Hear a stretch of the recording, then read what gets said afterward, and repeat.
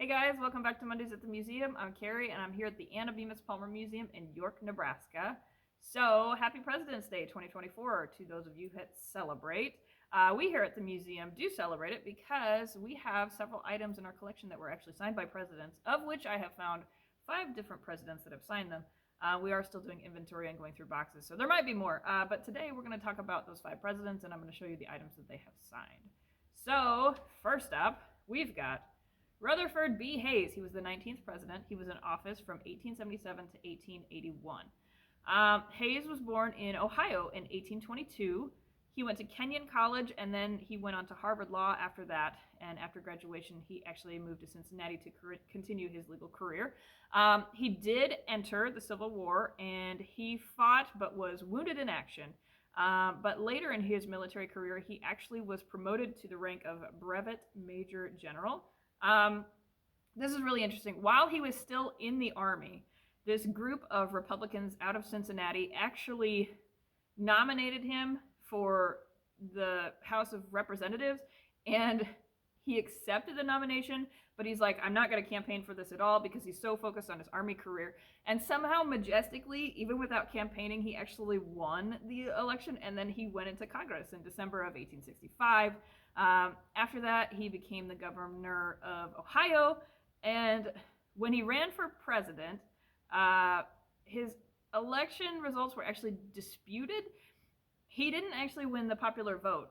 He only won the electoral vote, and that always goes over about as well as, it's happened in recent years, and not everybody is a fan of that.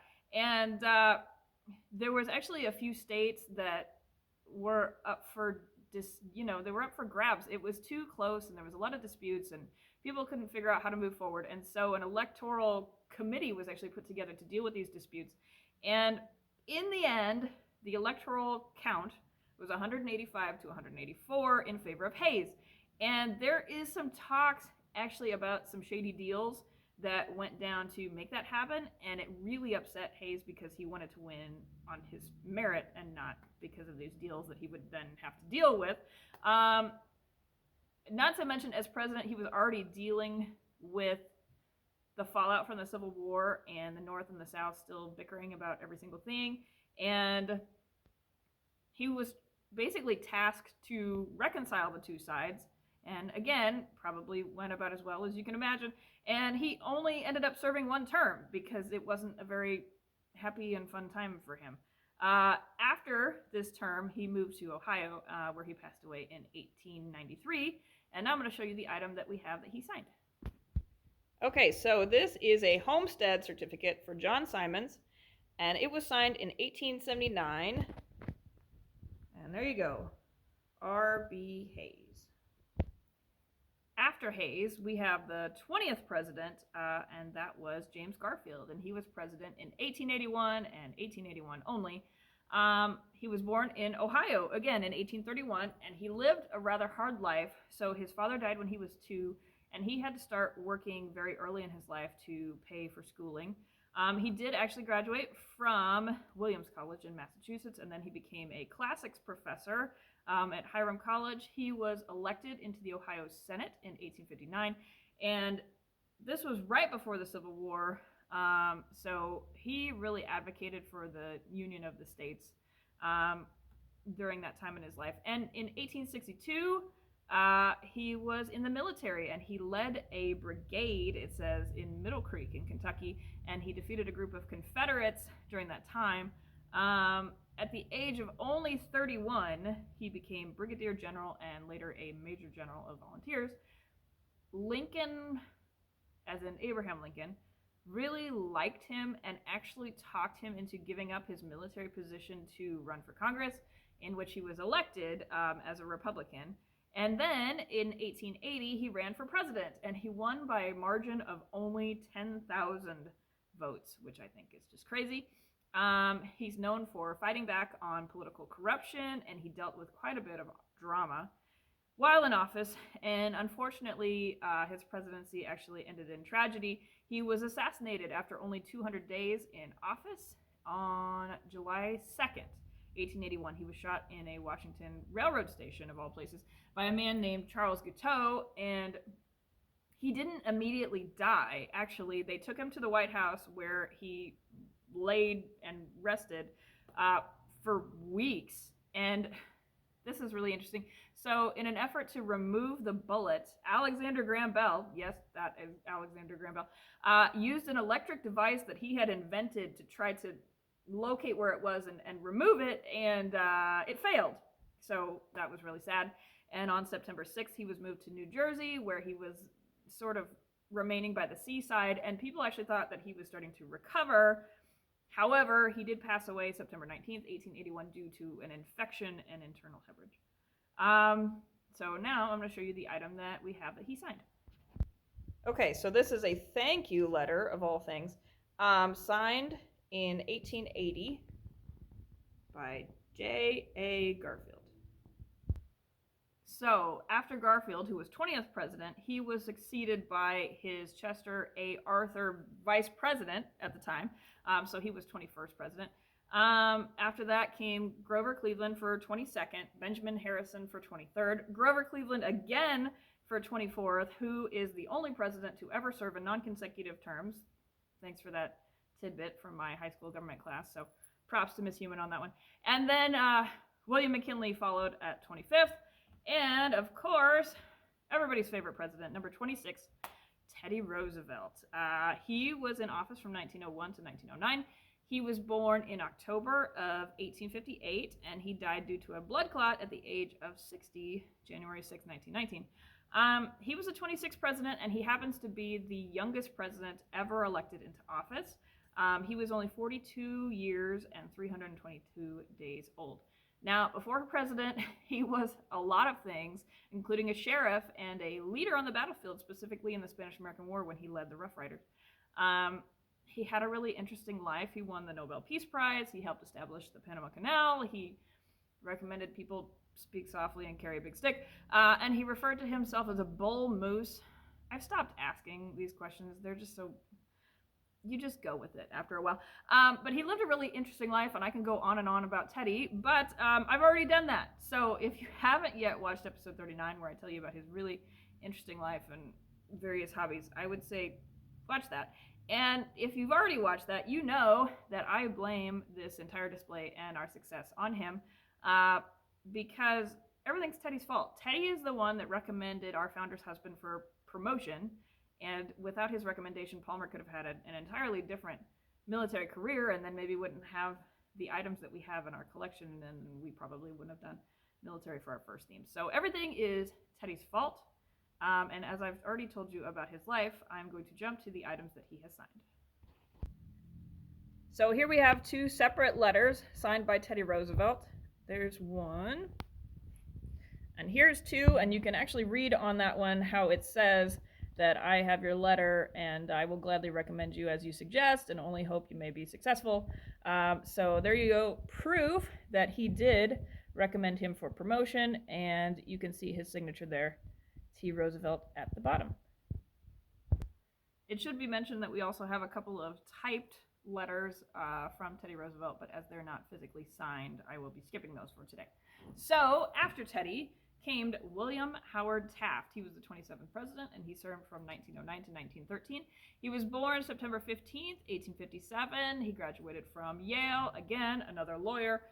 He was admitted to the bar in 1880. He had a lot of minor political positions throughout his years, and like Teddy, he actually served in the Spanish-American War, although in a different capacity. He helped more of the follow-up effort for the Filipinos, helping them set up a government, building roads and schools, and helping them to succeed moving forward. And he seemed to really like that role and actually turned down two different offers to be in the Supreme Court if it meant he had to leave that role. And after this, in 1907, he became Secretary of War, appointed by Teddy, but only because he got to remain a part of that progress that he was making in the Philippines. And he didn't see himself running for president. However, Teddy and his very enthusiastic, let's go with that word, wife thought that he would be great at the office, and so he was voted in as a Republican in 1909. His presidency was, again, less than a happy one. He actually hated his campaign. He called it one of the most uncomfortable 4 months of my life. And even after he was elected, he got caught up in a battle between progressive and conservatives, and as part of that, there was this big drama between the two parties, and he seemed to alienate himself from most Republicans, including Teddy, who told him to run in the first place, and he was not reelected for the following campaign. Actually, an entirely new progressive party was established during the time. Any guesses as to what that party was called? If you said Bull Moose Party, you are correct. Give yourself 10 points.